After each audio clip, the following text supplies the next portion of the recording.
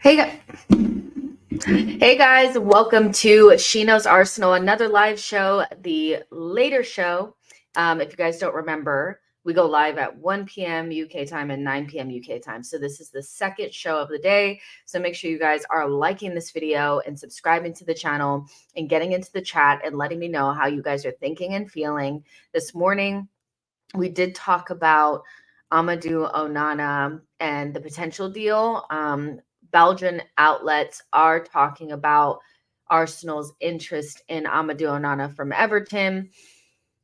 Some are very bullish about the idea that like Arsenal are intensifying talks and the deal could get done soon. But to be honest, I haven't heard anything from the English side of the media, no Orenstein, no anybody like that confirming anything other than historical interest. So I'm not saying it's going to get done. I'm not saying that like, oh my God, it's going to get done tomorrow or anything like that. But there are rumors out there that Arsenal are really interested in Amadou Onana. And we know that Arsenal are also interested in Ivan Toney. The deal looks unlikely to get in or get done in January, but Arsenal are very much so interested. So I wanted to hop on and kind of talk about whether or not these players are players that we should go after, either in the January window or in the summer window. And I'm probably going to piss some people off, but I really don't care. I don't think we should be getting either one of these players, and I think we should avoid these types of signings from here on out. Hear me out. Hear me out. I think that, you know, over the last couple of windows, Arsenal have had good opportunities to bring in top quality players, and sometimes we've done it, and sometimes we've missed the mark. And Amadou Onana coming in January, or Ivan Toney coming in January or the summer, for me reeks of very obvious recruitment, nothing finesse. You could find these types of players at this level outside of the Premier League, but you're going to play a premium. And I don't think either one of them really take us up a level, right? I think about the players that have actually taken us up a level, whether they took the whole team up a level or they just brought up the level of that position is different. But you think about players like Saliba, who obviously we bought, but we sent out on loan and then came back, took us up a level. You have Declan Rice took us up a level. And for a season, Jesus and Zinchenko have. But there are players that we've brought in that haven't really changed anything about the team. And some of them have happened this season, and David Raya and Kai Havertz, both of whom are going to or have cost a lot of money. And we probably could have avoided these signings altogether. And so I look at these two signings in particular, and we'll talk about both of them separately. But I just think to myself, could Arsenal not spend their money a lot better? 50 million for Amadou Onana is so silly to me because he doesn't really solve the problems that we have this season. And that 50 million that would be spent on him could be put together with, a couple more million, and a player of a much higher quality can be brought in. I think at this stage, Arsenal need to really focus on bringing in world-class players that lift the ceiling of the team and stop bringing in players that lift the floor. That's not going to help us from here on out. We have a very good team that really needs those world-class mentality players in their ranks, not players like Onana, who are good players that can fill squad roles, but ultimately don't move the needle. Toney is very similar in that category. Somebody who plays in the Premier League, is a good player, is better than whoever we have there. We have Nketiah there. He's better than Nketiah. But is he the guy? Do you guys actually think he's the guy? Is he somebody that if you spend 60, 70, 80 million on, you feel like is going to change how we feel about that position? No, not really. I think in a couple of seasons, you'll want to rebuy. And so Arsenal need to get to the point where they stop spending 30, 40, 50 million on players that aren't really changing the game for us and taking that money and spending big on players that actually do so. We need more Declan Rice signings and less less Havertz, Vieira, these types of signings that are just fillers but are really, really expensive. And especially the ones from the Premier League, like 50 million for Amadou Onana. That's what gets you, like, that's 50 million gets you that player now. He's an extreme athlete and a young player that could get better, but let's keep it real. Like, is he going to refine his game so much that he becomes a player that lifts the ceiling of this team? No. Basically, he's just a more athletic player, and so he gives us something different to Jorginho, but I don't even know if I 100% believe that he actually is that much better than Jorginho. I don't know. He had something different, but is he better than Jorginho? I don't know. They're just different. They're just different. Havertz doesn't make us any better. He's just different than the other players that we have. But he didn't lift the quality of the team or that position at all. And so I'm very like looking at these two players. And even though there are a lot of Arsenal fans that want these two players, I think mostly based on the fact that they feel like we're in a desperate scenario where we need another midfielder or we need a striker. Personally, I think Arsenal need to get all the way freaking for real and be serious about when they recruit players and who's actually going to, if you can't find gems in the market that you're getting good value for money for, then the player that you need to be bringing in is somebody that you're like is worth paying a premium for. Value for money or worth paying a premium for. Value for money would be like Odegaard. He cost 30 million, but he feels like a much more expensive player. That was a really smart deal done that didn't cost us an arm and a leg. And, somebody that's worth paying a premium for is somebody like Declan Rice. But I don't think either one of these players actually fit that category. They're not value for money because 50 million, you could get Yusuf Fofana for 30 million from Monaco, and he's a much better player than Amadou Onana. So why are we paying this premium for this profile of player? You could get Conor Gallagher for 45 million. He's better than Amadou Onana, if you're going to go Premier League. So why would we spend extra for a player that doesn't make us that much better, but is just a different option to Jorginho? He's not better than Thomas Partey. He may be more available, but ultimately, if Arsenal have 50 million to spend, either spend it on a player that gives you more value for money or cobble it together with some extra funds and get somebody that actually changed the game for you, like a Frankie de Jong or something like that. But Arsenal are wasting a lot of money because they neither bring in players that are worth paying the premium for or value for money. I don't think Toney does that either. He's just somebody that feels like he's going to cost a lot and ultimately not bring enough to make that feel like value for money. And so I know this is probably really unpopular because we're in the January window right now and we feel extremely desperate.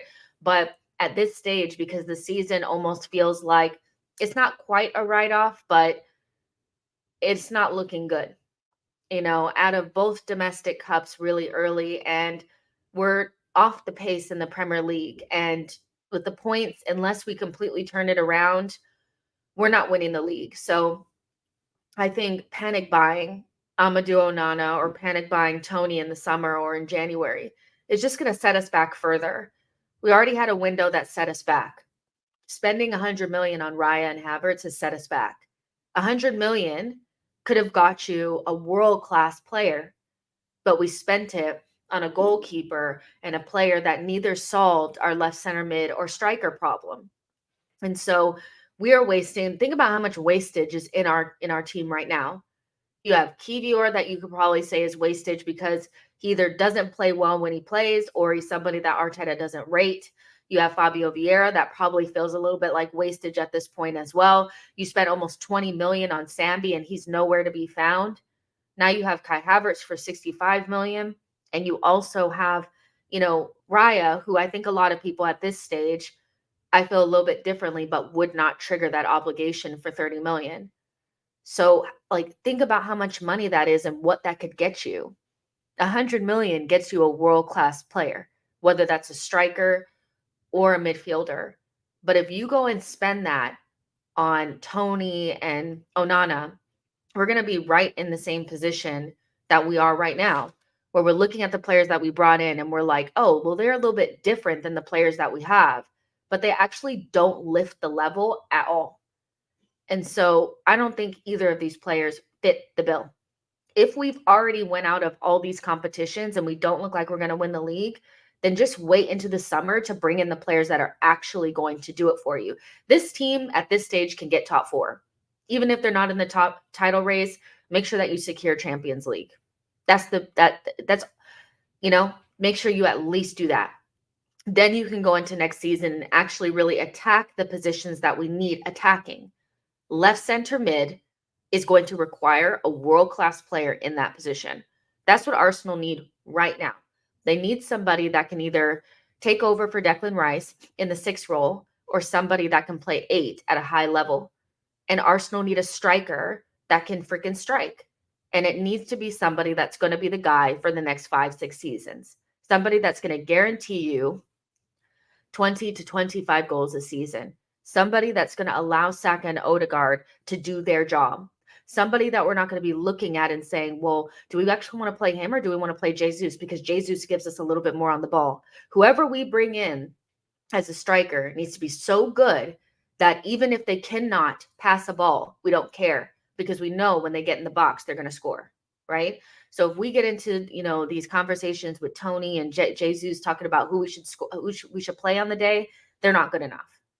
It's just not good enough, right? And so I get the desperation. I feel it. We need to bring in somebody. I think, it would be nice to feel like Arsenal have the wiggle room to actually bring somebody in. But at this stage, to bring in Amadou Onana for 50 million, when there are going to be so many good options in the summer, and he doesn't necessarily solve any of our problems right now, I don't actually understand what he's going to do for us at this stage, besides be a body. He doesn't score goals. He's not a good passer. He's not that player. Will he run through the midfield for you? Absolutely. But he's just not somebody that I feel like is actually going to take us up a level. He's going to fill a spot. And there's too many players filling spots and offering different things rather than taking us up a level. And that's how I think Arsenal should spend 50 million or 80 million, not on Toney and Onana. Just wait a minute. We've already messed up the season based on our summer business. You don't want to mess up the summer business coming up because you're doing stupid stuff in January. So let's see what you guys are saying. I'm sure you guys are cussing me out. What do you mean? Bring him in. Nah, very unserious. Sorry. I can't do it. Pierre says these magical options in the summer that will appear, they do appear in the summer.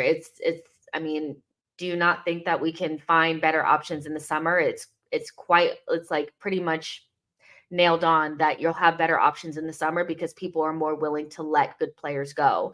So the idea that the only thing that we can do is bring in Toney and Onana, and if we wait, there's not going to be better options in the summer, just feels like backwards thinking to try to justify panic buying in January and buying average players for no reason.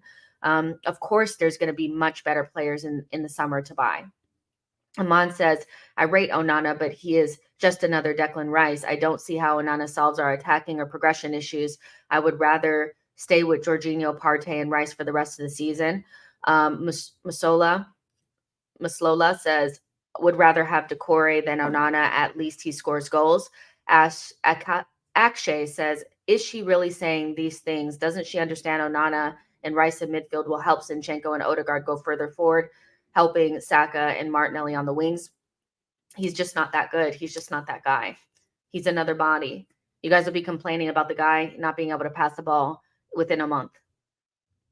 People want Onana because we're desperate, because we don't like the fact that we bought Havertz. But that doesn't mean you hamper yourself with another average midfielder.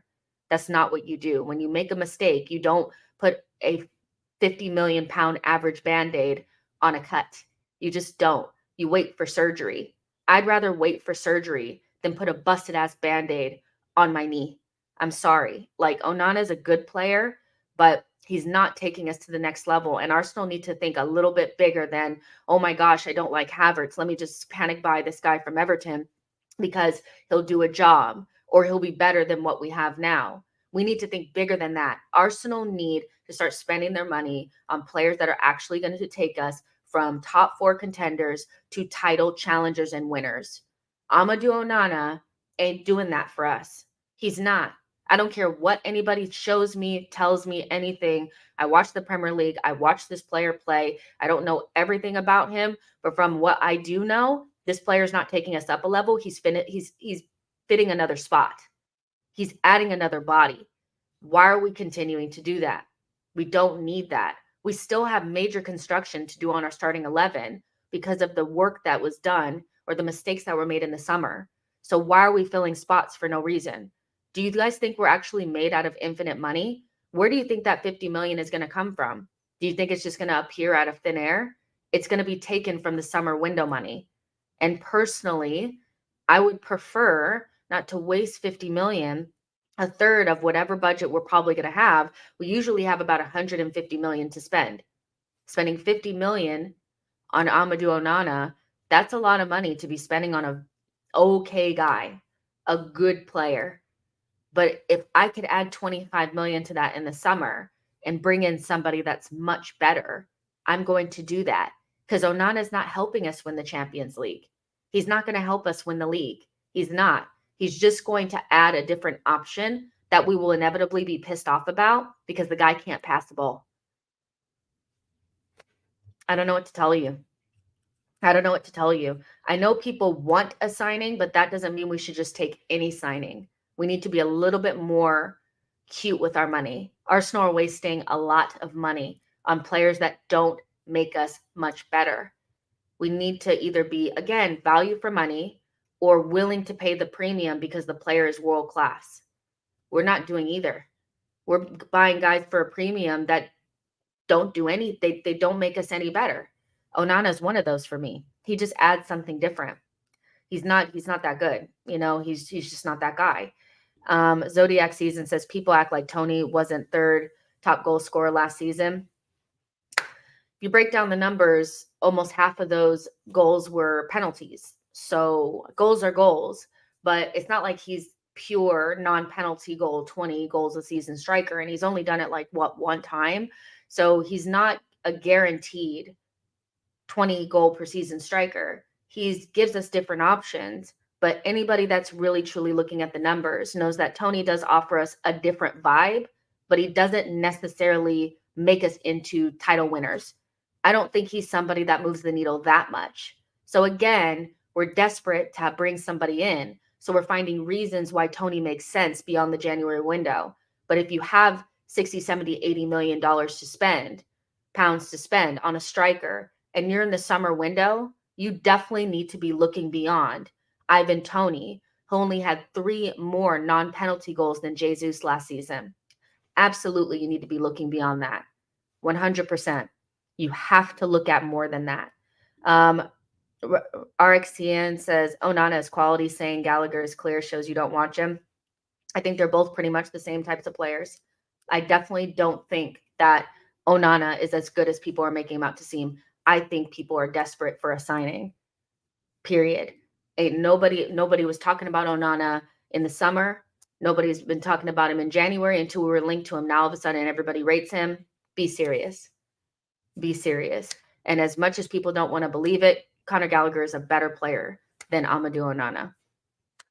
I don't know what to tell you. He just is. If you actually watch both play, Conor Gallagher is better than Amadou Onana. Amadou Onana, the only thing that he's better than or whatever is he's just taller. Like he's literally just taller. He can't kick a ball. He can't pass. He can't do anything. Like he's just a physical presence. And I'm damn sure once you guys get into about half a season with this guy, you guys will be wanting a different midfielder. He's just not that guy. He's good, but he's not that guy. He's not going to take you up another level. He's not. Like he's just going to fill a squad spot. So I'll show you guys some of the stats too as well, just in case people are wondering. Because again, when I suggested that, of course you have to look with your eyes. But I just don't think that this guy is somebody that you need to be spending 50 million on when there's other options that you can spend less for. You know what I mean? He just seems like a very expensive nothing. Like, what are we doing? And Arteta probably wants him because he's tall and he can offer aerial threat. But that's a very niche thing to buy somebody for. And that's the exact reason why we bought Kai Havertz, is because he offers an aerial threat and a very niche skill. But other than that, what else does he offer us? You know what I mean? So I'll just show you guys this really quick. I think we need to think a little bit bigger than Amadou Onana and freaking Toney. You know, like it just feels like we're rushing it or we're desperate, and we shouldn't operate. Operating from a place of desperation is not a strong way to go about anything. You need to be relaxed, you know, and right now these calls for Onana feel very desperate, and so do Toney, especially beyond the January window. So Amadou Onana obviously offers some really good attributes. He, from a physical standpoint, he offers a lot with, I mean, his tackles are good, what he's in the 75th percentile. So we know what his strengths are. Aerial duels, tackles are pretty good. Again, he's not somebody that's going to score loads of goals, but you don't expect that. He's more of a box to box 6'8". So I don't really expect goals. Like, so I'm not mad that I don't see a lot of goals, but I don't see any passing ability or anything like that. Passes attempted are pretty low. Pass completion is all right. Progressive passes aren't very good. So again, for people that are like, we don't have any progressive passers because Thomas Partey passes between the lines and da da da da, this guy's not going to give you that either. He's not. He's not going to give you that either. Again, if you watch him, you would know that his biggest skill is winning the ball back in the defensive end and then taking the ball and carrying it forward. But even his progressive carries are not amazing. This is Amadou Onana. This is the guy that you guys are desperate for. He's okay, but for me, it just feels like a lateral, like a sideways move. It feels like something you do when you're desperate because you bought Kai Havertz and now you're like, oh shit, I need something else. When in reality, we've already effed it. Wait until the summer and bring in somebody. Wait until the summer and bring in somebody. Now, just remember what I'm showing you here with Amadou Onana. Look at that. You got a mental picture? Okay, let's move on. So let's go to Yusuf Fofana here real quick. This is the player that I feel like if you want this profile, which I like this profile, you should go get. Yes, he's a couple of years older. He's maybe 2 years older, and he's not as tall. But the numbers feel more like a player that operates at the highest level, you know, operates at the top of the League One, you know, instead of at bottom. You know, his progressive passes are very high, his progressive carries are very high, his successful take-ons are very high, his interceptions and blocks are high. This is the type of player that I would prefer us to go get than go get the easy choice and going and spending an additional 25 million on a player that's doing these things. Progressive carries, you know, somebody in the midfield doesn't necessarily score a lot of goals, but you want to sturdy up your midfield. Spend 35 million on this guy instead of spending 50 million on Onana, who does less. And before anybody says, well, it's the league, is League One, this guy is a French international. He ain't no bum. Okay. It's hard to get in that team. He's not a bum. This is somebody that you should go get instead. Now, take a mental picture of that. Got it. Okay. Now let's look at something else. For people that were telling me that Amadou Onana is clear of Conor Gallagher, be serious for 5 seconds. Explain these stats to me. Explain how Amadou Onana is better than these. And I'm telling you right now that I don't think Conor Gallagher is the type of player we should be buying. If we were linked with Conor Gallagher, I would be alarmed because you're paying a premium for a player that you could go get in League One for significantly less to do these things. Because this is not the type of player you're going to want to start every single game. You're not. You're going to use them for a certain thing. You're going to use them to sturdy up your midfield, to be a little bit more combative, things like that. But tell me how this is not as good as Onana.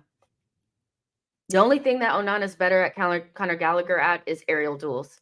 His blocks are higher, his interceptions are higher, his tackles are higher, his progressive passes received, his successful take-ons, carries, passes, completion, attempted, all of that is higher.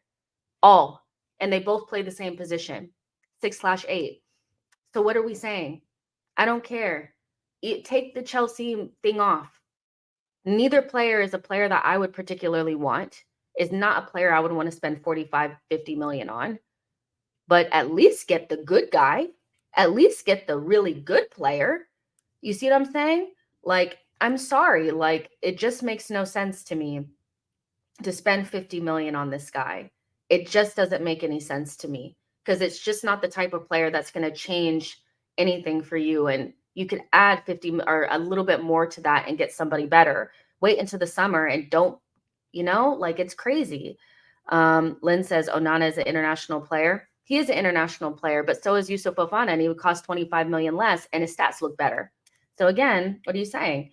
Jean Rene says, just honestly, how often do you watch Everton? I don't know that well, but you're speaking like you know him well. I think he gives us something different. He gives us something different, but he doesn't necessarily make us better. There's difference between somebody giving you a different. Kai Havertz gives us something different. He gives us aerial threat. He's somebody that's like good runs and stuff like that, but does he make us better? There's a difference between somebody that takes you up another level and gives you something different. We don't need to spend 50 million on different. We don't need to spend 50 million on different. We need to spend 50 million on something that's going to make us better. If you're going to spend a premium on this level player, they have to take you up a level. They just have to. 50 million is not chump change. If you guys are bitching about 35 million for Fabio Vieira, just think about how pissed you're going to be when you spent 50 million on Amadou Onana and he's just giving us aerial threat and a carry here and there. Like, you guys, we're lowering our standards a lot just because it's the January window and we're desperate. Like, I don't know what to tell you. I don't want this guy. I don't. If we end up with him, fair enough. But just because we need a midfielder, we should have bought one in the summer. And rectifying it with a shitty Band-Aid for me is just like, nah, it doesn't work. It doesn't work for me. You know what I mean? I just want something different. Or something that says, yeah, Arsenal are serious. They're going to bring in somebody that's actually going to make us better and not just fill a squad spot, I don't know. I don't know what to tell you. I don't know what to tell you. Raman says, just Arsenal needs someone like Barella, but I can't see it happening into the summer window. And yeah, people will say you have no like chance at getting somebody like a Barella or a Frankie de Jong. And I hear that. I hear that 110%. Maybe we don't have a chance of getting those types of players, but those are actually the type of players that I would like to see Arsenal actually attempt to go get and spend more on those players because they take you up. Genuinely, they take you up another level versus continuously spending, nonsense money on players that don't do anything, that don't really take you up a level. They just kind of keep you in the same spot, but they offer you a different look. For me, that's just like wasting money. At least attempt to go get the better players. And there's also a level beneath Frankie de Jong and Barella that we should be looking at. There are there are multiple levels between Onana and Frankie de Jong and Barella that we could look at. We don't need that. Like, we don't need him. I don't get why people feel like we need him. And if we need that type of player, you can get it for cheaper. And it won't stop our summer business because people think we're made of money. And they think if we spend 50 million on Amadou Onana, that it's not going to affect summer business. So when a player that we really want becomes available in the summer, because they'll be available, we won't be able to get them because we don't have the money. And then they'll be crying. They'll be, why did we get Amadou Onana? Why did we just wait till the summer? Because we're desperate. Don't be desperate. Don't be desperate. It's like when you're desperate, you make bad decisions. You know what I mean? Chris says 50 million on Onana, Mikel and Edu have lost the plot. Hopefully it's just paper talk. The more I think about it, in the morning when I first saw it, I was like, let me think about this. The more I thought about it, the more silly it is to me because it just doesn't fill enough of a void for me to make sense to spend a premium on a good player, an average to good player. It's a premium on a player of this skill set. You can get a lot more bang for your buck than this. It's too much. Like Aman says, or I just saw it, Fofana, he's the better option, much better option. Maxwell says, bro, why would anybody recall Patino now? Let him develop on loan. Aman says, we need Luiz or Zubamendi type profile in our midfield, but we won't get that in January. This is Jan. We should be aiming an overlapping fullback and a forward. I'm him says, if we stay in Champions League, we can get most players. And that's all I'm saying. At this point, because of the way that the season is gone, I'm open to the idea that we will be much better in the second half of the season. We probably will be. We won't stay like this. We all know we'll go on a decent run and we'll start looking like ourselves, blah, blah, blah. The main goal is if you don't win any trophies, make sure you secure top four. That's it. And the more competitions you're out of, the more likely it should be that you could secure it, right? So make sure that you're in Champions League, and that gives you a really good opportunity to get better quality players. And we should have done that in the summer. What really pisses me off about what we did in this past summer window is that we had the world at our feet, and we probably could have gotten any player that we really wanted except for top tier elite. But those like that level below, we could have gotten them, and we wasted it. And 65 million and 30 million too. That's 100 million that could have been spent on somebody that really changes everything in left, center, mid, or striker. And we did neither. And so I don't really want to make that mistake again for the sake of being desperate, because you just don't want to see Havertz play midfield anymore. I'm done. This season for me is about preparing for the summer, because this next summer we have to get perfect. And what you do in January will affect that. And Onana's just not somebody that's going to do much for us. He's really not. Good player, definitely good in Dyche's team, offers that physical quality. But when you look at him, you really look at, he's very limited, y'all. Like, he's not gonna, y'all gonna be mad that he can't pass the ball. You really will. I'm telling you. I'm not being funny. I'm really not. Elliot Roberts says, agreed, Jess. Let's go get Fofana, but tell that to Arteta, who's obsessed with Premier League proven players. We really got to get off the Premier League proven. I mean, Premier League proven, I get it, but it just adds 25 million to the price tag. It really does. And that affects your overall ability to maneuver in the windows. You know what I mean? And you also have to pay higher wages. And I just feel like at this stage, if you're buying squad players, you need to be making sure that you're getting good bang for your buck, because these guys are not fitting the bill. They're not, just for like a simple change of like, you know what I mean? Like, just so you can have something a little different. It's not good enough. Maxwell says, what if it's a loan with an obligation to buy? You still got to pay. The money still has to be guaranteed, and I can see us maybe trying to do a loan with an obligation because we don't have the money now.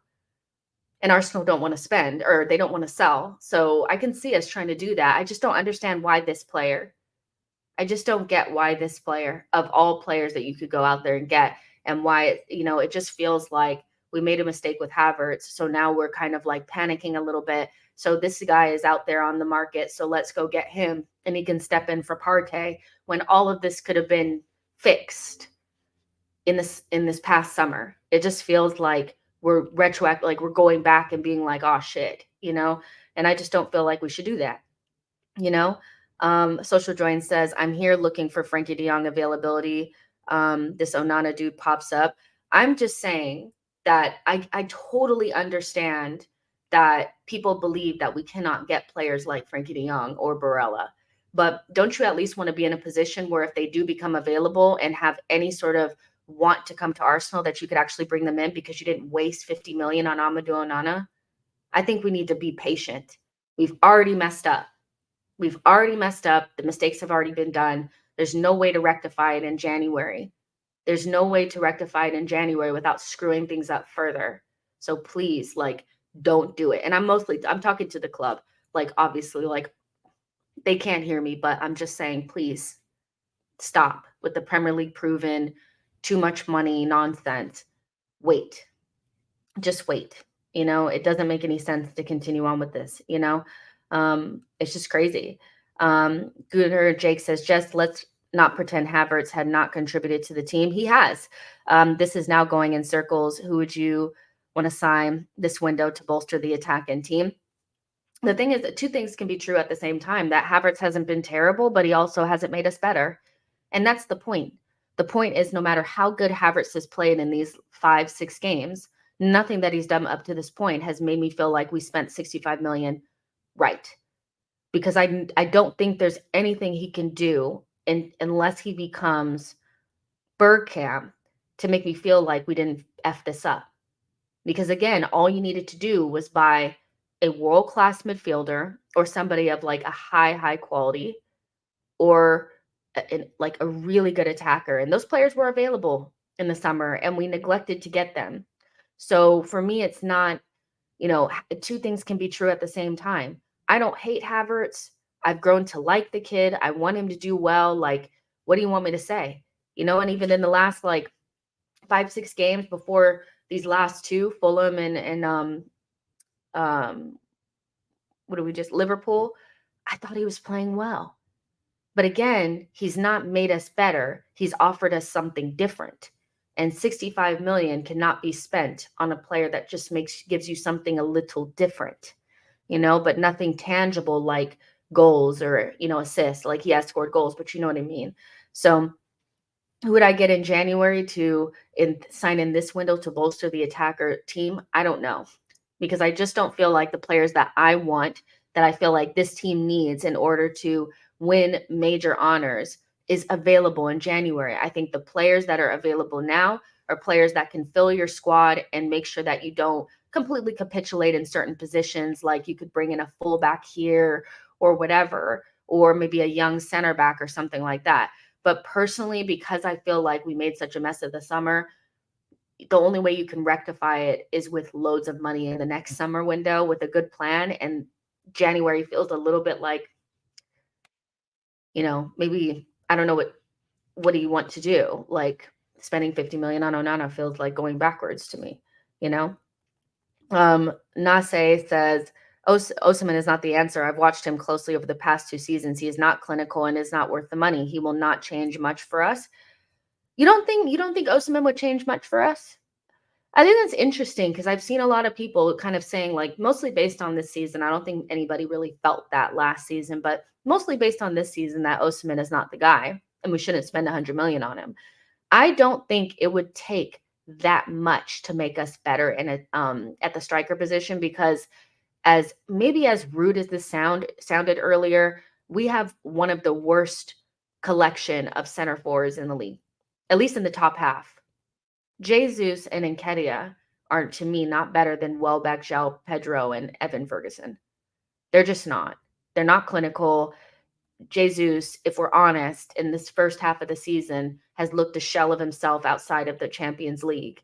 He's really dropped off from that knee injury. And ever since that he said he wasn't a goal scorer or whatever, he's even further fallen off a cliff. So it won't take much. So yeah, if you put Toney in this team, we're going to feel good. It's going to be like, oh, wow, you actually have a striker in the striking position ready to put the ball in the back of the net. But that's not just what Arsenal need. They need more than that, you know? And so I think Osimhen would make a huge difference. He's a goal scorer. Half of those chances that we've missed, those 15 or 16 big chances that we've missed in the last 5-6 games, Osimhen puts those away. Solanke puts those away. Let's be honest, you know? But I understand people not wanting to spend 100 million on Osimhen, because I think some people are protecting themselves because they know that he's most likely to go to Chelsea. So the banter, probably got Chelsea fans in your life and you don't want to hear it. But also maybe because the injuries, he has injury problems, but there are plenty of players out there that we could spend decent money on that could potentially, because a lot of the players outside of Osimhen are players that you have to kind of like hope that in the next 2-3 years that they become world class or are playing at a world class level. Your Vlahoviches, your Seskos, your the guy from Sporting, Gyökeres, whatever, those guys, you're like, okay, or Boniface, these guys, you're like, okay, maybe they'll become world class in the future, blah, blah, blah. But I think Toney, what he does for you is he makes you better because he's not Eddie Nketiah and he's probably a more clinical finisher than Jesus. But there are limitations to his game and not enough data to back up the idea that, he's 27, 28 now. There's not a lot of data out there that suggests that just playing for Arsenal means that he's going to get 20, 25 non-penalty goals, And so I don't know. I feel like we could go after, I'd rather in the summer go after somebody that's 22, 23 years old, maybe max 25 years old, that could potentially, with a better system and better players around them, really just that is already scoring loads of non-penalty goals than somebody who I already have seen in this league. And I'm like, there's questions, you know? Like I said, Sesko, um, the guy from Sporting, Monty Faith, these guys, they're interesting. Maybe even Vlahovic, he's interesting. But there's something about Toney that just screams, you're going to want to buy another striker very soon. Like, it just screams it to me. But that's just me. Super chat from Isa Hassan. Thank you so much for your super chat. I really appreciate it, you guys. You know your girl, coffee addiction, and these super chats definitely go to making sure that your comments and questions go up on the screen, but also to feed the addiction. So thank you so much. Isa says, I thought about it thoroughly. Is it worth splashing on Toney Vlahovic now? Title still not guaranteed. Or buying Osimhen Neto and top CM in the summer. Buy left back and Onana now and round it off with big summer. Is it worth splashing on Toney Vlahovic now or buying Osimhen or Neto and a top CM in the summer? Buy a left back and Onana now and round it off with a big summer. I mean, I would avoid getting my striker signing and my top center mid signing now. I would avoid it. If there's a filler midfielder that you want to bring in that is kind of like the Onana profile, you could bring them in, but bring them in for less. Go ask Monaco about Fofana. You could get him for less. There's no reason to spend 50 million on a player so limited. That again only offers a different option. But I would kind of avoid doing my big shopping until the summer because you just don't know who's going to be available, and you don't want to miss out on good opportunities for players that right now we're not thinking about but could be available. Like, as you guys know, I don't really want to spend big money on another defender, but Brighton are about to finish a deal for Valentin Barca or Baco or whatever his name is. Don't care. Heard he's great. All that means to me is that they're prepping to sell my boy.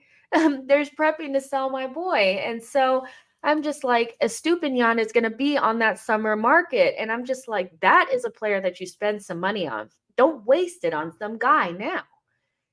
That player could be available. He solves your left back issues like that. You could get rid of everybody. Tierney, Zinchenko, you get all of those guys if you spend 50, 60 million on Estupinian, right? And so that's why I'm saying, like, doing it now is risky. Just doing big business for not players that don't require big money or should not require big money is risky now. But I hear what you're saying. I think it's worth waiting for the striker and center mid signing now that we've kind of messed up our season.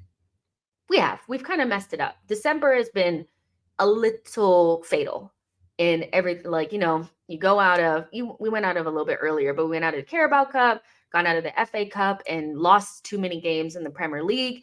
We've kind of, we built ourselves a little bit of a hole here, So instead of messing around and buying substandard players, let's just wait. Maybe loan in a left back or something like that, but don't do anything that's going to really mess up the summer window. Because I'm a big proponent of doing things in January if you feel like it's going to push you over the line to win something. But we've done enough damage in December where it almost feels as though, as negative as it may sound or pessimistic, it's not really worth it. It's not really worth it. RM04 says Benzema on loan would be a very good short-term solution. A world-class veteran striker that's street smart and gives us experience in UCL. Would love that, but he might be actually going to my other team, LAFC. LAFC need him more than we do. But I hear you. I mean, I would do some nonsense. Like if we were a couple points off the top and, we hadn't lost so many games and we were still in the other cups and stuff like that, I would consider doing like a loan for like a Ronaldo or a Benzema or something like that. But I feel like, I don't know, these last couple of weeks have been a little damaging, I feel like. But yeah, but our club would never do that. They'd never do a short-term loan for a player like that. You just know we would never do that. It just, I don't know what to tell you. We're not going to do that. Hypey says, I like Estupinian a lot. He's very solid. A signing like that is what makes sense. I mean, if you guys don't like what we're doing now with our fullbacks, You would love a Stupinian because he's just a fullback. He can tuck in and do some of that stuff, but really, he's just a really good left back. He can get forward and score goals. He can defend. He can pass. He can overlap. He can underlap. He can do all those things. And so if you're going to spend big on a defender, spend big on somebody like that. I don't necessarily want the resources this summer to go to a defender, but that's what I'm saying is that if somebody is like, oh my God, I want to get a really good fullback to replace Zinchenko, and end our left back issues, then don't mess around and spend stupid money now, because Estupinian is going to be on the market in the summer. They've literally bought in his replacement already. They're preparing for him to go. So those are the types of players that you miss out on when you mess around in January. Isa Hassan, thank you so much for your super chat. Said exactly, summer is buyer's market. Liao can be available. You just never know who will be available. And at this stage, because we've fallen away so much, it just, but I mean, like sometimes really good players end up being available in January because maybe like, the Portuguese league tend to have players available in January, stuff like that. That happens. Some players, really good players, do end up being available in January. Luis Diaz, players like that. But we're not looking at those players. We're looking at Amadou Onana. And people are telling me that I'm deluded for not wanting a player that nobody would have taken in the summer. No one would have taken him in the summer. If we were sitting here on this stream, all 280 of you guys sitting here on this stream, and I would have told you guys in June that we're linked to Amadou Onana, you guys would be having a fit. But because we're in a more desperate and precarious scenario now, and we're not happy with Havertz, we're lowering our standards. He's not the guy. I'll stand 10 toes down. I will stand 10 toes down. He's not the guy. For 50 million, we could do a lot better. Here to there says Sesko looks talented but can barely get a game for Leipzig. Jimenez talented, but he literally has no weak foot, still raw. Toney ready, get 20 goals now or next year. If you say so, if you say so, without the penalties, those numbers are looking a lot different. But, if you say so, I prefer us to look at somebody else. I think I like other players better, but that's just me. Aman says, I agree, Jess, we can do a lot better than Onana. Ocampo says, Selke, Vior, Smith Rowe, Partey, Elneny, Cedric, Vieira, Nketiah, Nelson, and we are good to go. We'll sell the whole freaking team. We are going to have to make sales in the summer. And honestly, Arsenal have to pull the finger out and just freaking sell some players. Like, I'm sorry, but like, what are we holding on to Reece Nelson and ESR and Nketiah for? Be serious. Maybe it's for homegrown numbers, but it's time to recycle. You can bring in MLS or Naweri or any of these guys and have them fill in those squad spots, even Patino, and refresh the thing. Because right now, Arteta doesn't rate some of those guys anyway. So refresh the thing. Bring some new ones in that offer different things, that can fill the squad roles. Because honestly, I'd rather have, my ideal scenario is to have maybe 16, 17 players that are top quality players. And everybody else can be whatevers, they can be kids for all I care. I'm more about quality versus quantity. I don't want 4 or 5, players that can play number 10, but we only really rate 1.5. I'd rather just have 2 really good ones and no one else and a kid on the bench, because we're wasting resources. We have so many players and so many bodies, but all of it added together is not really adding up to the level that we should have. So I don't mind having more kids on the bench, to be honest, but I think we should refresh the thing now. We've seen a lot of Emile Smith Rowe and Reece Nelson. They're 23 and 24 years old. Time to refresh the thing, time to refresh it. It's okay. Eric Flores says we should just go to these international cups and find a squad player that is physically better than our starter. Gary says, Joseph, we will struggle to sell our dead wood all on big wages. That's always a problem. But Crystal Palace are dying for Eddie right now, because guess what? Guess what Crystal Palace are? What's the word of the stream? Desperate. And when you're desperate, you make poor decisions. Crystal Palace are in a situation right now where they think Eddie is the solution to their problems, and they're willing to spend 30 million on Eddie and Nketiah. But what we're going to do is we're going to wait into the summer when nobody is desperate anymore and then try to sell him, because Eddie is their equivalent to Onana. So keeping Eddie now when nobody's going to be desperate in the summer. I guarantee we'll be sitting here in the summer window. I'll be doing these lives and we'll be talking about how nobody wants Eddie. Why? Because there's better options. Once you get to the summer window, there's much better options. Natalie says Onana is a national team player in Belgium. He is. Sambi was once being called up, though, too. I don't really care that much about the Belgian national team, I'll be honest with you, because they're not really that great. So yeah, Onana gets called up and he's in there. But I'm watching this guy play in the Premier League and I'm thinking, yeah, he's fun to watch. Yeah, he's kind of exciting. Yeah, he steps up when he plays against the big teams. But do I want this guy in my team when we're breaking down a deep block? No, I do not. I do not. I don't know what to tell you. But I hear you guys. Like I do. I hear you guys that everybody's panicking because they feel like the season is crumbling off of the back of some losses. Totally understand that. But to see the level of thirst around Amadou Onana, as if we don't get this player something like we will not be able to breathe again. We will be fine. This player is good, but not great. Could give us another option, but definitely doesn't take us up to another level. And you can get that exact same profile, if not better, for less if we look outside of the Premier League. He's just not good enough, in my opinion, to be stressed out about him like the way some people are. Lucas says Vieira and Kivior will go on loan with an option to buy in the summer. So predictable. I wanted to talk to you guys about that too, because I actually think that that's a very good shout. I've been talking to my friends about this in group chat too, that it's very obvious that Vieira and Kivior are going to become the new Tavares and Sambi. Can we all agree on that? The only thing that will save Vieira is the fact that I do think that he is an Arteta signing. I have a feeling that Arteta really wanted him, but I can very much so see a scenario where the two of them are out on loan. And basically what happens when you're out on loan for Arsenal is they give you shitty loans where you're not going to be used. And then it's just running your deal down until somebody takes you for pennies.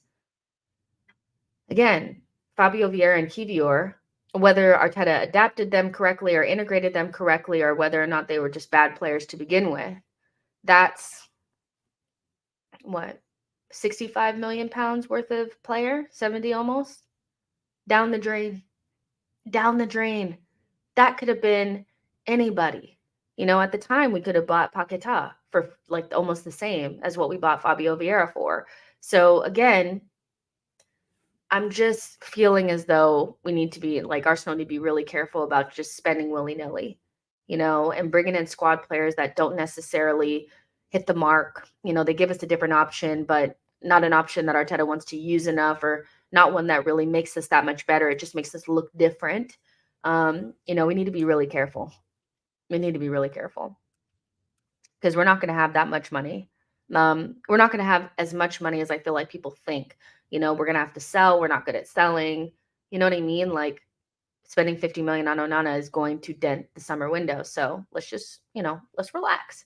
If we had bought Caicedo in the January window, we would not have Declan Rice, but we bought Jorginho. So the money was still there, and I don't know what we had to do, how much like a Klarna deal, whatever, whose credit card we had to use up, who we had to steal from in order to get the money to pay Declan Rice. But I think we put a lot up, to make sure that we got him, So Chosen One says, Jess, Liverpool might win a quadruple this season. And honestly, I hope they do win it at least 3 of those because it guarantees City won't. If we're not winning, I don't really care, to be honest, who wins it, as long as it's not United. I hate them. But anybody else wins that stuff, I don't really care because it's not us. Liverpool will do a quadruple. It's not really like a quadruple, is it? Because it's the Europa League, but it's trophies and that's all that matters. But they could, they're a good side and they look like they've turned things around from last season. But if we're not winning it, it's kind of like, Neil Gunner says we need to buy players to start, then the starters become the bench players. Thank you, Neil. Thank you. Can you guys look at what Neil just said? Look at what Neil just said. When you buy Onana, you're spending 50 million on a squad player. 50 million on a squad player. Somebody that you guys are not going to want to play every single game. I know you won't. I know y'all. I know you guys so well. Watch Onana a couple of times, play like he has Timberland boots on, Against a low block, you guys will be calling for something else. Y'all be asking for Jorginho back. I know you guys. I know you well. So we don't need to be spending money on squad players like that. Not that type of money anyway. And so what Arsenal need to do is go out there and buy the left center mid that we should have bought in the summer to replace Xhaka, because the Xhaka revisionism is also gag worthy, because it's like, as much as I thought he had a good season last season, the way that people are eulogizing this guy is like, oh my goodness, Xhaka was good, but I just wish we would have bought the player that we were supposed to so we could forget about him. Tired of seeing the comps and all that shit. He had one really good season with us. Let's not rewrite history, right? Good player. We needed to move on. I wish we would have moved on properly with a player that actually upgraded upon him. Because you can't upgrade upon Granit Xhaka. He had his flaws and they were obvious, right? So bring in that player, world-class player, please, and a world-class striker. I would forego everything else that we need to bring in just to bring in those two players. Because I just feel like those two players just take you to a level where even if you are missing some of your starters, it doesn't matter. Even if you have some guys coming in that aren't your favorite guys, you'll still win the games. I just feel like the strength that we have in our team is based around certain players being involved in it. But if they're not in form, everything just kind of like drops.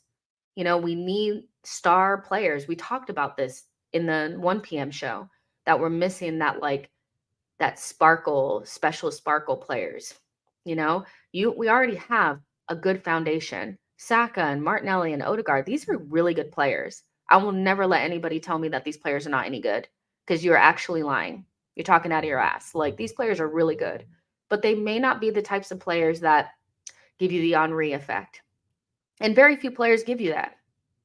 That's the truth. Henry is still widely considered the best player to have ever played in the Premier League. Because everybody that remembers how special he was and all the moments that he made on his own. We don't have that player. Sometimes they have their moments of brilliance where they pull it out the hat, but most of the time, what they do is pretty standard. They're good players that probably just need some world-class talent and mentality around them in positions further forward. The striker and the other midfielder. If you have Odegaard and Declan Rice and another world-class midfielder, nobody's talking to you. Nobody's talking to you. That'll make Odegaard much better. It'll make Saka much better. A world-class striker makes Saka and Odegaard so much better. It relieves them of the pressure of feeling like they need to score 15 to 20 goals a season when they're creators first.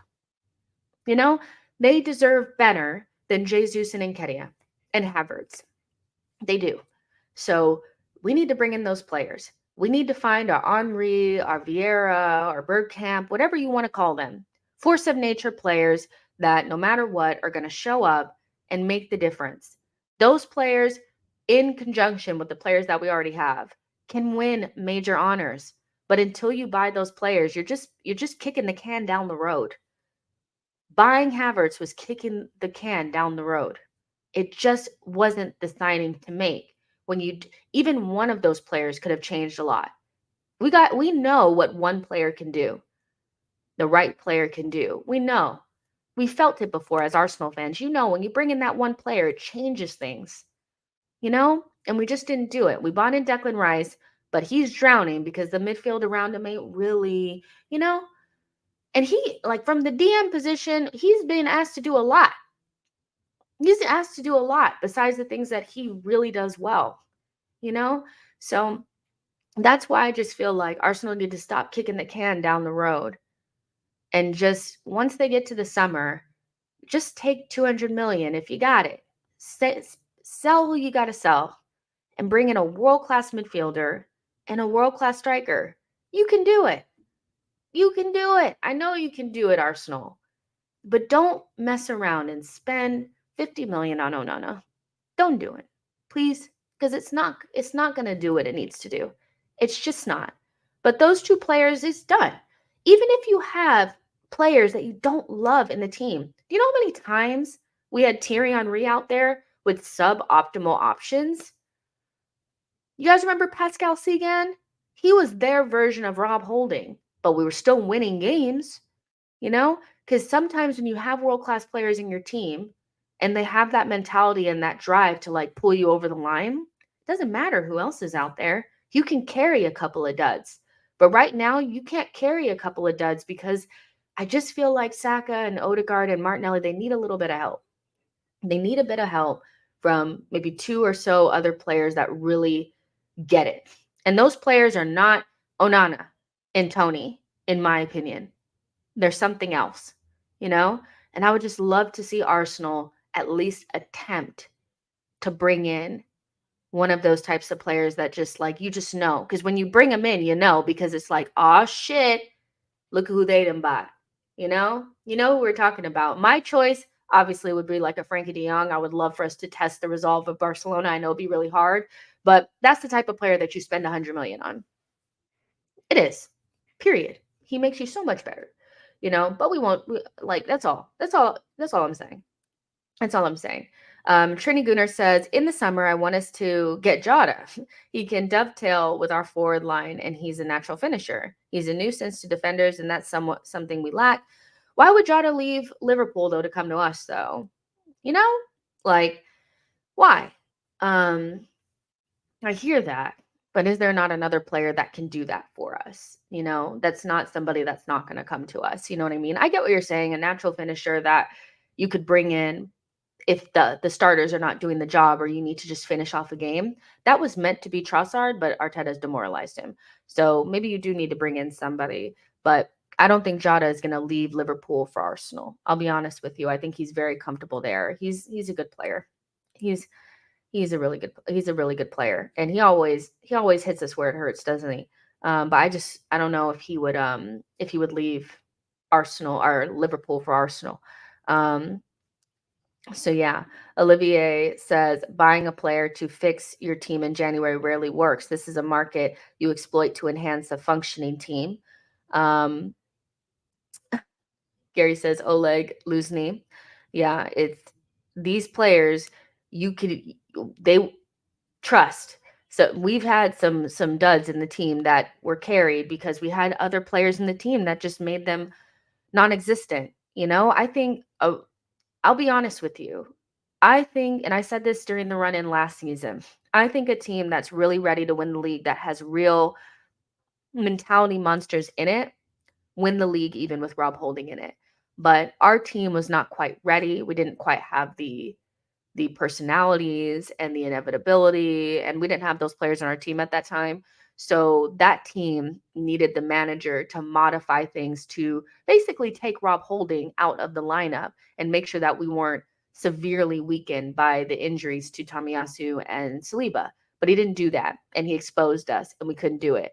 But the Invincibles could have had Rob Holding in their team and still won the league, you know? And we're just not at that point because we need a couple more pieces so that when we do have players, go out, you can carry them. But right now, we're really struggling to carry some of these injuries. We kind of have to have perfect settings. And even when we have perfect settings, we still don't got it like that. Um, Lucas says, Senderos kept clean sheets at the Bernabeu. Listen, look, I'm not trying to shit on Senderos and stuff like that, but you guys know what I mean. Like, we've had some guys in our team where you're like, you ain't it. When they brought in Giroud and Senderos, I knew they weren't it. You could just tell from minute one that Arsene was on some nonsense, but they got carried by other players, and that's fine. You know, um, Neil says Dennis Suarez. Remember him? That's what Arsenal do in January. We need to avoid doing that type of stuff. Vindaloo says the owners can buy right now. FFP allows this, but they won't spend their own money. Boy says, why is Arsenal fan base so disconnected from reality, man? We have 11 million FFP room, and Arteta don't want to sell players that can be sold now because they have interest. We're not getting anyone. Recall Patino. Ham says Jota is decent, but there's a reason Liverpool don't start him every game. We have already learned that signing bench players from rivals won't help us overtake them. That's a really good point. And I think we should end that level, like that type of. I remember there was a time where I was like, give me all the City rejects. I'm like, no, I'm good on that because now that we're getting into the space of like, we need to be winning titles, you can see why they got rid of those two players. And we just needed to not allow their flaws to overtake us. And I think that's why Arsenal decided to, because think about it, we only had one season of Zinchenko and Jesus at their best, and that was fine. They took us from top four-ish type of whatever to title contenders, you know? And Arsenal saw that Zinchenko couldn't do it. So they brought in Timber. It's very unlucky that Timber got injured. So I know that Arsenal tried to limit our exposure to Zinchenko, right? But what they didn't do was go out there and get an attacker to make sure that the players that Arteta said that he already knew couldn't keep up the numbers that they did last season. He didn't bring anybody in. And so Arteta knows Gabriel Jesus better than anybody.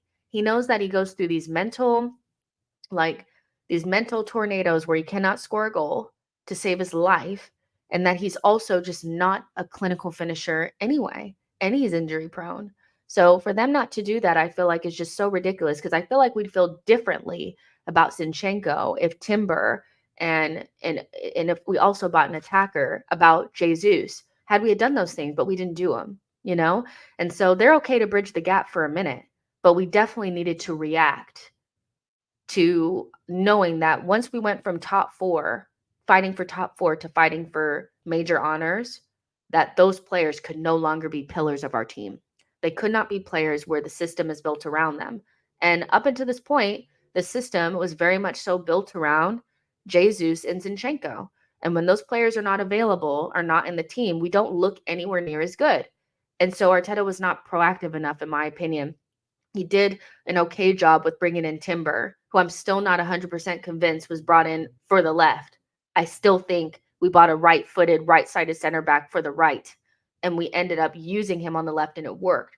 But where they really failed was not bringing in an attacker when they know that if they already knew that our players were not going to be able to hold up those numbers. They basically set them up for failure, and now we're watching them not do it. And we're like, well, what's going on? They can't do it. They're under too much pressure. They're not players that score 15, 20 goals a season. I think it would really suit Saka and Odegaard to be passing the ball to somebody who relishes scoring goals than expecting them to create chances for other players and also score the goals. It's frying the brain. It's frying their brain. Their brains are scrambled. Like, they cannot do it. And that's a harsh reality, I think, is there was a moment in time where I really did think that Sacco could do that for us. But the longer that it's going on, the more I'm thinking that, of course, he's going to be a player that's super important to us. Like, make no mistake about it, I have not changed my opinion on Saka's ability, but he needs a world-class striker next to him to get the best out of him. And he also probably needs a different type of midfielder behind him and stuff like that. But that's neither here nor there, He just needs somebody that he can create for, rather than him creating his own chances to score and being required to create, like, to score 15, 20 goals a season. Oh, by the way, with one Achilles, you know what I mean? It's just too much to ask for one player. Um, you know, it's just too much. Let's see. Jordan says, but who is the closest to Partey except Onana? There is no Partey close to. Partey is a unicorn, you guys. We're never going to be able to find somebody with the same attributes exactly as Partey. And as much as people probably feel like, because of the hue of Partey's skin, that his best attributes are his physicality and athleticism, I actually think those are his least qualities, his not as good qualities. His best qualities are on the ball. Where Thomas Partey is different to players like Onana and players like that is he's elusive on the ball. He can dip the shoulder and get beyond his marker. He makes pressing obsolete. You cannot press him. He's press resistant because of the way that he evades pressure. And either he'll run past you with his movement, not run fast, but he'll get beyond you, or he'll pass around you. Because one of Thomas Partey's greatest qualities is his elusive passing around the corners. And his passes in between the lines are really good. His disguise passes are amazing. And so you're not going to find somebody that's probably, in terms of this, winning the ball back and all that kind of stuff, like, let's call it a B plus. Thomas Partey off the ball is probably like a B plus, but on the ball, he's like an A, and like an A. You're not going to find somebody like that unless you go by Rodri, you know? So for me, it's like we have to stop thinking about Thomas Partey in that context of like if we want to replace him, we have to find somebody just like him. What we have to do is evolve the team beyond needing a unicorn in it to function, because that is the stupidest thing you could do. If you need a unicorn in your team for it to function properly, you're done, because you're not going to be able to replicate that with another player. You're going to have to find a way to do those things. And I think we are finding those ways. Personally, I think the balance of Jorginho and Declan Rice really works. And I would love for Arsenal to move to a 4-2-3-1 and stop the nonsense. If we just moved to a 4-2-3-1 and had Declan Rice and somebody like a Zubamendi play in a double pivot, we would be fine. We'd be fine. We'd survive. We'd be really good, you know? Um, so people have to stop thinking about this and like, how are we going to find another Thomas Partey? If we don't find another Thomas Partey, then we have to keep him. We have to think about how is Arteta going to create the system around his principles of play rather than the individual qualities of unicorns. Because if you're doing that, like Zinchenko is a unicorn. He's somebody that you're never going to find anybody else beyond maybe Trent Alexander-Arnold that can invert the way that he does. You cannot expect somebody else to do it. And if your system is revolving around that player's individual qualities, you're done. You're done, especially because those players are injury prone. The system was built around Thomas Partey, Zinchenko, and Jesus, all of whom are pretty much the only players in world football that can do the things that they do at that level. It's nonsense, So you're not going to find another Thomas Partey, but you can find a way to do those similar things, pass between the lines, be elusive, up the tempo, all those types of things with a combination of other players, you know? Chosen One says, Jess, do you think players like Saka, Odegaard, and Nelly are mentally weak? That's an interesting question. I do agree that brash killer personality would benefit us because our players are reserved and nice. Get me? Yeah. There's a difference to me between mentally weak and not being there's only certain types of players that have those mentalities. It's a very like top 1%. And every top team has those players in their team. We don't have them yet. Maybe Odegaard and them could build those up, but I do think that they're going to end up being the complement to players that have that personality. If we don't get those players, we'll never win. We have to focus on bringing in players that give you that mental edge. And so, yeah, like if you think about teams of the past, some of our better teams, like, you know, like let's look at like I don't think Pires and Freddie Ljungberg and Gilberto Silva and these guys are mentally weak. Luckily, we never really had to see them without the top players, but I don't necessarily feel like they would be exactly the same without the likes of Vieira and Thierry and Bergkamp, right? They wouldn't have been the same, right? And I just feel kind of like the same about Saka, Martinelli, and Odegaard is that they're fantastic players in a team that has those types of personalities in them, but they're not going to provide that personality. You need that. And so yeah, we need those types of players, and we just don't have them right now. And they're like the top 1%, and those players are expensive, and that's why I want Arsenal to save their coin, because I know those players are going to cost a lot of money. You just know it, and they're probably not kids either. They're probably like the Jude Bellinghams of the world are very few and far between that are like 18, 19, 20 years old and have those mentalities. Like a lot of those come with age and experience and success, so Arsenal need to get off of this idea that they're going to be able to make these players. Sometimes you have to go out there and buy them, and they cost a lot of money. And that's why I'm saying, do not buy Onana. Save your money. Save your money. It's just a different feeling that you get with players. Like, so if you were to take like some of the invincibles out of the invincible team and remove them from that team and put them in another team that doesn't have those elite mentalities in them, they're not going to provide that for the next team. Do you see what I'm saying? And so that doesn't necessarily mean that I feel like I don't think Saka and Martinelli and Odegaard are losers. Like that's not what I think. I just think they need those players around them to get the most out of them, and that would take them to the next level. You know what I mean? And it's not that deep. I don't. I'm not interested in conversations around Odegaard and Saka and Martinelli being bums and all this kind of stuff. I'm not interested in those conversations. Those are nonsense. But do they need a little bit of help? Yeah.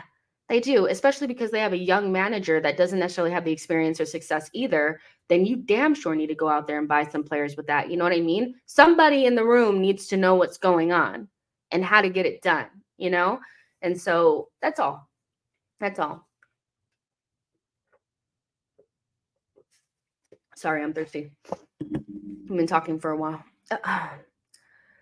All right. Let's see. I'm trying to look for some different names because there's 300 of you guys in here, so I know all of you guys must be subscribed, right? So make sure you guys are subscribed, liking this, setting notifications. If you're new, I'm seeing some newish names that I haven't seen before, so I'm hoping you guys are subscribed so you can hear more of my nonsense. More nonsense, 1 p.m., 9 p.m. UK time. You know the deal. So, yeah, you guys love me. I know you do. Olivier says Partey's agent is about to use Jess's clip the next time he's up for a new contract. Listen, as much as people feel like I hate Thomas Partey, I do not. If you've been on this channel before, you know that I was in the Partey wars for years. But there's a cutoff point where you get to a point after 3 years of somebody letting you down, with their availability, and you just have to call a spade a spade. As elite as the player is, and as much as I love his profile as a player, he's so unavailable. And it's just what you can't tell me. I could describe what makes Thomas Partey so special probably better than anybody else, but those things don't matter as much anymore to me because I don't get to see those qualities as much.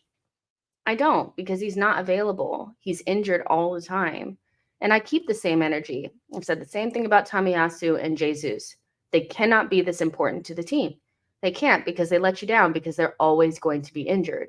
And so, as good of a player as Thomas Partey is, and as much as I wanted him at Arsenal, I love Arsenal more than I like Thomas Partey. I don't want to go through seasons of his injuries collapsing our seasons.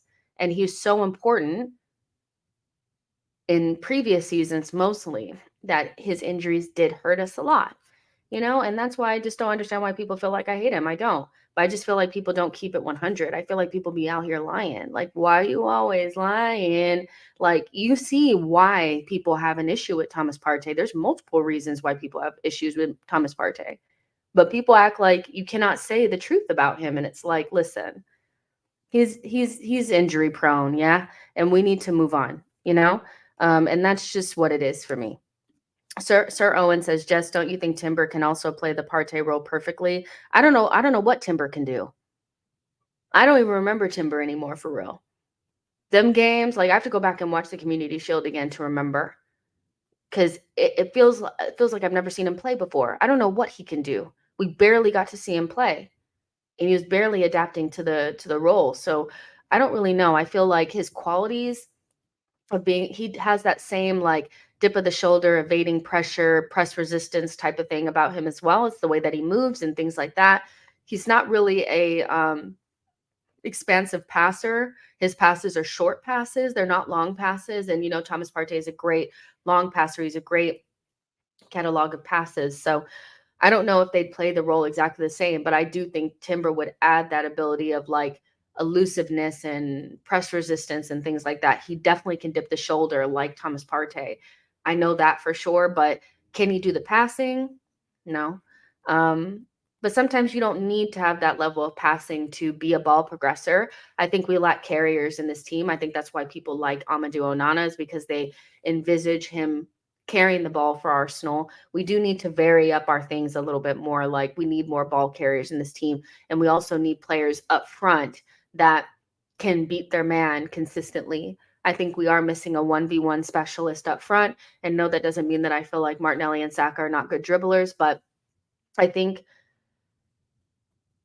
don't think that they're the best 1v1 dribblers that you can get, despite them being very good, well-rounded wing players, and we can have many conversations about Saka and Martinelli, because I think they're both playing the wrong positions anyway, so that's a whole nother conversation for another day. But yeah, Timber is I can barely remember Timber at this point, but as far as the being able to dip the shoulder and being press resistant, he can do a lot of those things. And I just I can't wait for Timber to be back. But also, Timber and Partey are going to be a part of the Dubai camp. I don't know to what capacity. I'm sure Timber will be walking and running around, and hopefully Thomas Partey is rehabbing and things like that and getting closer to coming back. But they'll be a part of the team, which is great. The McChronicle says, in other words, you want Pedro Neto then for 1v1 in his trick around the ball. He's injury prone, but I mean, he's a good player. I told you guys, Nico Williams, Johan Bakayoko, Neto all fit that bill for me. Neither one of Saka or Martinelli to me are natural wingers. They're players that we have molded into wingers, but their best qualities would probably be suited in other positions. I think Saka is a midfielder. I think he's listed as a midfielder. You know, he's a midfielder that we play on the wing. And he's so good that he makes it look like he's a natural winger, but he isn't. His best qualities are in, like, he would be a fantastic midfielder for Arsenal. I would prefer him playing there. His abilities are better central, not out wide, isolated. If he can combine with other players, he's so good. He's so good. And Martinelli, we all know he's really a striker. So yeah, like that's a whole nother thing for another day.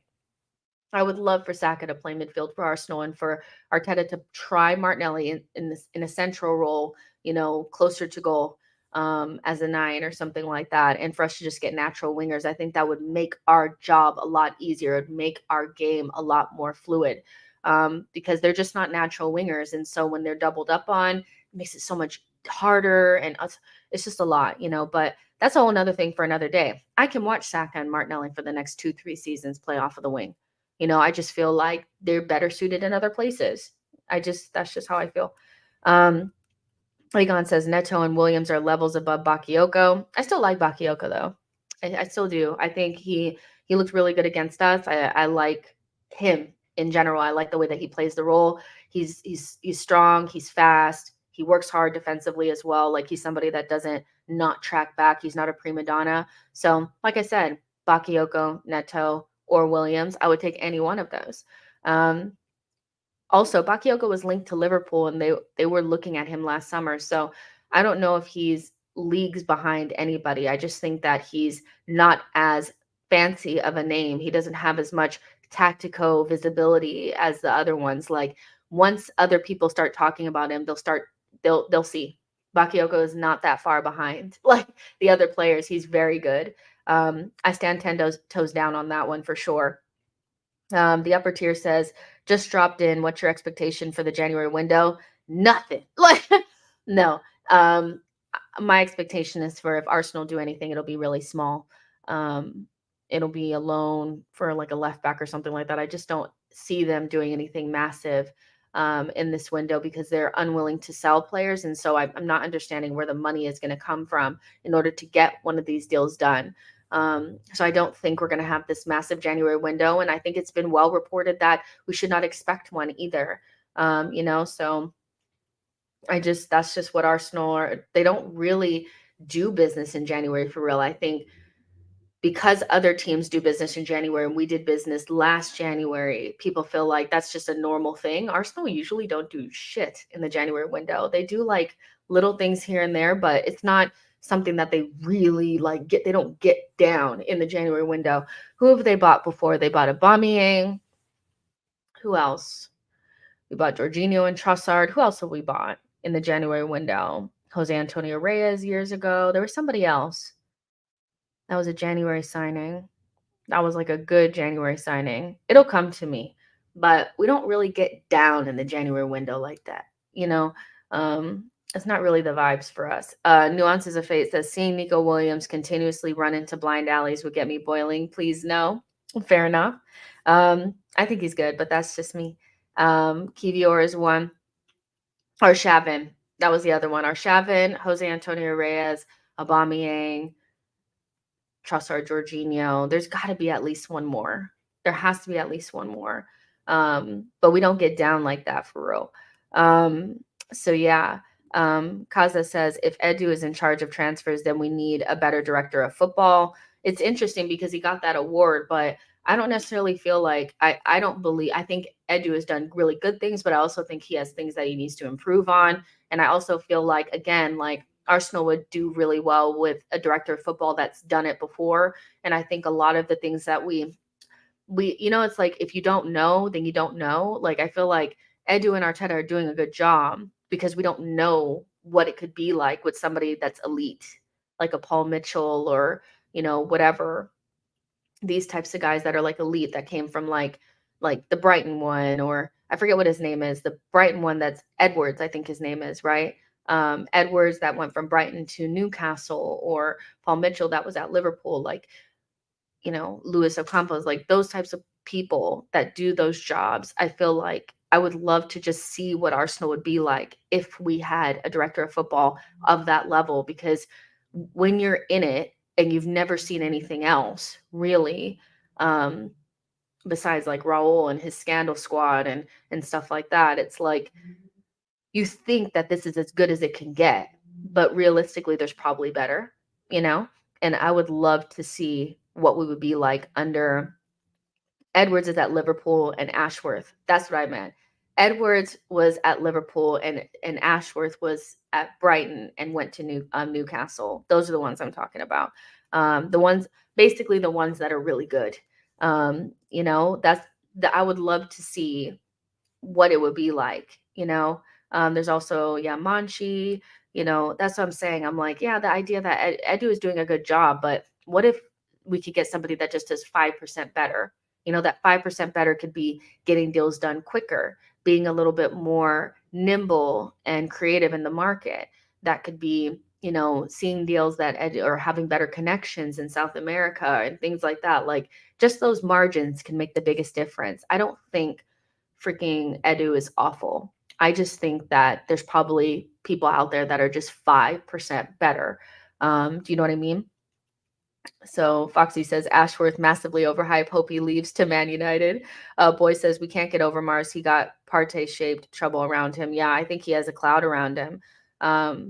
But this obsession with having people that have been at the club before, or worked at the club, or were players at the club, I feel like is overrated as well. I don't think everybody that works at the club needs to have played at Arsenal. I think that limits the like the level of people that you can bring in. I'd rather have the best that you could have rather than, just the best that you could get from the people that have played at Arsenal before.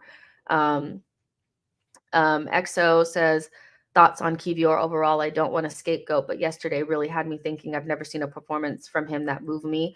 The only performances that I think he played really well were the ones where he played center back last season. He had one really bad game, I think, against Brighton. But all the other ones I thought were good. The one at Newcastle was good. The one against Chelsea was good. He wasn't that great against Wolves, but he played again at left back. Every time he's played left back, I think he's suffered. He just hasn't been, even against, he was fully fit in preseason, but I remember him not featuring at all, really. He featured very little. And that worried me because I'm like, okay, if you're not even getting minutes in preseason, Arteta definitely doesn't want to play you. And so it's hard for me to understand whether or not Kivior is just a really bad player, or if he just hasn't been integrated and adapted properly. It's hard to know because he just was kind of bought and forgotten. And he's playing in a position that sometimes he's being asked to do things that are not really in his skill set, like against Fulham. But then you have to look at the Luton game as well as the Liverpool game and say, honestly, he didn't have to invert as much in those games. So why was it so difficult for him to make decisions? I'm surprised by his inability to just make simple decisions. Like, it looks very hard for him to just clear the ball, make a simple pass, things like that. And so he had a Mustafi moment yesterday. I think that own goal is not good. I don't think it was very unlucky. I think it was clumsy. And Ramsdale's not at fault for it at all. I've seen people try to blame Ramsdale. It's not on Ramsdale at all. But Kivior is somebody that I fully expect to be loaned out and be considered a flop because, like Sambi, like Fabio Vieira and like Kivior, all players that are younger outside of the starting 11 that came from other leagues and came in and started off some decent games and then just trailed off, and now they're not really, they're not trusted by the manager. And so I fully expect us to move Kivior on. I think it's not a good sign that there's so many players that we've been linked to that play in his position. Hato, Gonzalo Inacio, all those players play in his position. And Arteta was already playing Timber and Tommy over him, two players that I believe were brought to play on the right. And so the writing is on the wall for Kivior. I don't really care what Arteta says about players anymore. The truth is when you rate a player, you play them. He doesn't play Kivior. The only reason why he's playing now is because you don't have anybody else. The minute he can get somebody else fit, Kivior is back on the bench and basically in Siberia. Like he'll be gone. So I like Kivior. I think he's a talented player. I think he's good. I find it very strange that I watched him play well in certain games, especially at center back, and then he just fell off of a cliff. But that's kind of the Arteta special. If you're not really in the starting 11, you kind of are like a forgotten figure, unless you're Eddie. Eddie is the only person that's loved off of the bench. So, you know, Kaza says maybe Arteta doesn't trust Kivior because he wasn't a signing. I think we assume Arteta is on board with every single signing we make. Legume says I would rather rule Walters getting into the team. Tawanda says Arteta is bad at managing his squad, doesn't use his fringe players. Lucas says sign a new left back and someone like Diamande Gahey that can play on both sides or convert Tommy to full-time center back. But here's the thing, Lucas, is that like I hear this 110%. I feel you. I'm like, okay, if we get a left back and we get Diamande and then this and that, but we're already talking about attributing like at least 80 million to 2 more defenders. I would hate to spend 80 more million on more defenders. But the sad part about it is I feel like we need it. We buy defenders in every window and we end up continuing to buy defenders. I would love for us to spend 80 million on an attacker. So we're going to have to, I feel like Arsenal need to decide on whether or not they want to go for the center back, which I feel like we need, or if they want to rebuy at left back again. We've already bought at left back so many times. We have Zinchenko there. He bought Tavares there. Is nowhere to be found. You re-signed Tierney. You're playing Timber there. You're playing Tommy there. You have loads of players playing in that left back position. And even though I feel like, yeah, it'd be great to have another overlapping fullback and a this and that, this summer, I need those resources to go further forward. I'm sorry. Like, I need you to go and get the striker and the midfielder first. And if we have anything left over, then look at a winger. And then you have anything left over, then get a fullback or a center back. Because we're spending loads of money at the back and we're not getting anything further forward. We've spent a lot of money on defenders, but I get why. But listen, we might have to just go with what we got. F says, yeah, true. I like Kivior, but Brighton and now yesterday's OG is the biggest game of the season so far. Feel like the first nails in the coffin, unfortunately, gave Liverpool crucial momentum with that. Lucas says, that's why I said earlier in the chat that us having that much to do is a failure. We spend badly. And you would imagine that at this stage in the rebuild, we would be at the stage where we could just be finishing off like with your two, what people would call like as cringe as it is, your Alisson and Van Dijk signing, right? Whatever. But you would think that that's where we'd be at. But we're still looking at windows thinking we need 5 or 6 players. I think that that's how you could look at the rebuild that we've done so far and actually look at it more critically. We shouldn't be in a position where we're rebuying in a certain position 3 times. Like it just doesn't make any sense. We're not getting it right, and Arsenal are not buying in the positions that actually change, like goals change games. And yeah, like you can't win the league without a top quality defense, but we are much better in defense than we are in attack. We are suffering in attack right now. Odegaard and Saka need somebody to take the pressure off. We need a backup winger. We need resources up front badly.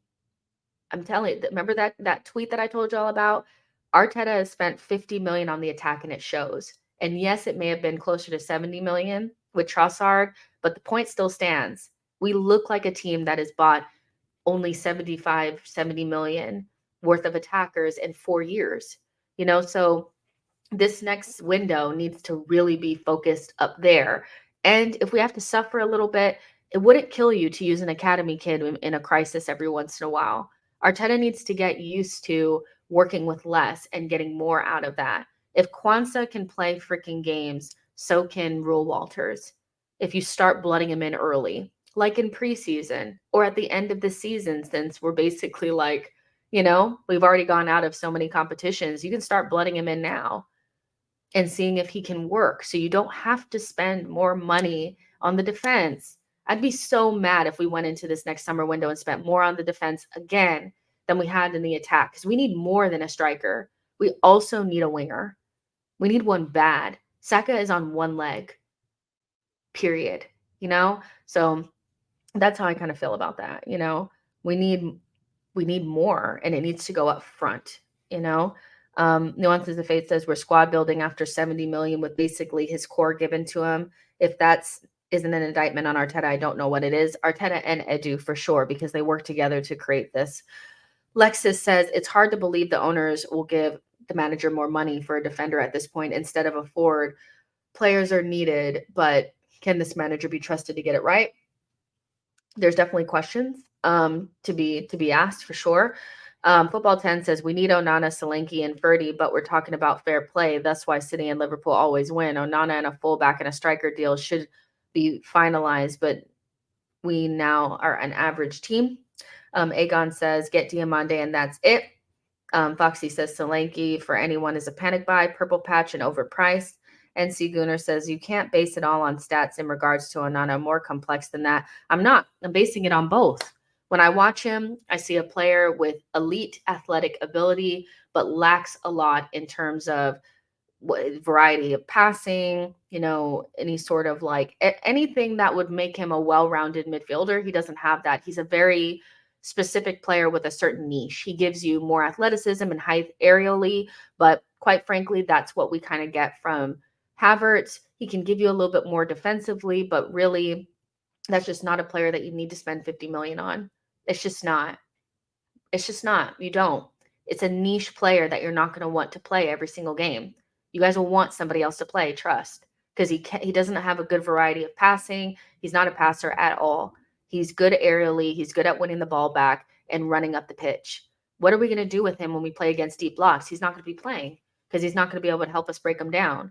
So for me, I'm just thinking logically beyond just the stats. I showed you guys the stats to reiterate my point, but my point was based on what I see. What I see is a player that we should not spend 50 million on, because you can get a better player with similar qualities for less if you stop giving Premier League clubs nonsense fees for average guys. Onana's not it. Onana's not the guy. He's just not. He's too much, Aegon says thoughts on Diamande. He might be the next Saliba. I've been saying that for months now. Like, I just feel like when he goes somewhere else, we're going to feel really mad, because the thing is about Gabriel that I feel like is the problem, and why maybe Arteta has been looking at other options at the back, is because he cannot play center back. Arteta wants to be unpredictable, and his version of unpredictable is being able to invert on both sides, not one. Right now, the way that things are set up, because Saliba has to be the center back, you can only invert on the left, because Zinchenko or whoever's on the left goes into midfield. Gabriel becomes the left center back, Saliba becomes the center back, and whoever's on the right, Ben White, becomes the right-sided center back. If you want to invert on the other side, just stick with me. If you want to invert on the right, and let's say that player is Ben White, so you just invert on the right-hand side. Who's the center back then? The center back ends up being Gabriel, because Saliba's on the right, Gabriel's in the center, and so whoever else is on the left. We played that way against, I think it was Manchester United in preseason, and it was a train wreck. Timber inverted from the right, Saliba was on the right, Gabriel was in the middle, and Tomiyasu was on the left. It was a train wreck. Not because Gabriel's not good, but he's not a center back. He's a left-sided center back. The roles are different, And so I think that's why, in order to add that level of unpredictability and be able to invert on either side, you need to have another center back, which would be the reason why I think that Arteta dropped Gabriel at the beginning of the season, was because he wanted to see if he could invert from either side. That's why, Partey was there inverting from the right. And then you had Ben White on the right and Saliba in the middle and Tomiyasu on the left. You guys remember that? But it didn't work because you still don't want to lose the physicality, athleticism, pace, and all that Gabriel gives you next to Saliba, because Ben White can't do it. For all intents and purposes, Ben White is a right back now, physically, everything, you know? And so if you buy somebody like Diamande who can do the center back role, whether it's on the left or the right next to Saliba, you get that unpredictability on both sides, but you can't do it with Gabriel. You can't. But the problem with buying Diamande is that you're going to have to spend a lot of money on another center back. And quite frankly, I feel like I'd rather us give up on the idea of the only way to be unpredictable is by inverting and stop the nonsense and start spending more money up front. Because as predictable as it will be to score goals with your number 9, it works. You know what I mean? And so I think Arteta's overthinking it a little bit, but I feel like I solved that problem, or I think I solved that puzzle, because it never really made sense to me why they dropped Gabriel. And I'm like, it's because what his idea of unpredictability is being able to invert on either side, which is why he had Timber on one side and Partey on the other side and Gabriel not in there, because he can't play center back because he doesn't have the passing ability required to do it. So yeah, for me, I don't really care about that kind of stuff. I feel like you're overthinking it a little bit. I'd rather you not spend, like, I would love to get Diamande just for the vibes, just to make sure that nobody else could have him, and to make sure if Saliba or Gabriel got injured, we have that other person. But if we only have funds, and I have to pick what we spend money on, I want most of the resources to go up front, So Dale says transfer market has followed players market value 241 million. Ramsdale, Tomiyasu, Kivior, Partey, Vieira, Nketiah, Nelson, Lakanga, Tierney, and Tavares. Is that the value of all those players put together? Vindaloo says inverted football only works with fast football. Otherwise, you get doubled up on the wings. Social Join says we should do a 3-3-4. Neil says that's why he wanted Martinez, a hybrid on the left side. I see it. You guys see what I'm saying? I've solved it. You guys don't think I've been thinking about this since the minute that Gabriel was dropped. I was like, why is he doing this? And I'm like, he said the other day that he wanted to be unpredictable with Timber. I'm like, oh, he doesn't want Gabriel playing center back. And I get why, because when we did it against United, it was a train wreck. You guys probably don't remember, but it was. Inverting with Timber on the right and having everybody switch over, and Saliba was on the right and Gabriel was in the middle, it didn't work. It really didn't work. And so I get why Arteta's trying to do this, but I feel like your unpredictability should be in a different way. I don't feel like it should only come from inversion, but that's just me. So yeah, but guys, we're going to go out and get out of here. It's been 2 hours and I've enjoyed all of it. It's 250 of you guys are still in here, so make sure you guys are smashing the likes and all that kind of stuff. I'll be back tomorrow at the 1 p.m. show. I'll keep you guys updated on the 9 p.m. show because I have some things to prepare for. I have like a really big thing that I have coming out. I know that sounds like really dumb, but like I have a really big thing to do on Thursday, and so I'm preparing for that. So I may need to be out for that time to get prepared for it, but I'll keep you guys updated. I may still do one, but we're definitely going to do the 1 p.m. UK time show tomorrow. And so make sure you guys set notifications, like this video, subscribe to the channel and all that kind of stuff. And yeah, I've really enjoyed this. Make sure you guys, again, like it, and I'll talk to you guys on the next one. Bye, guys.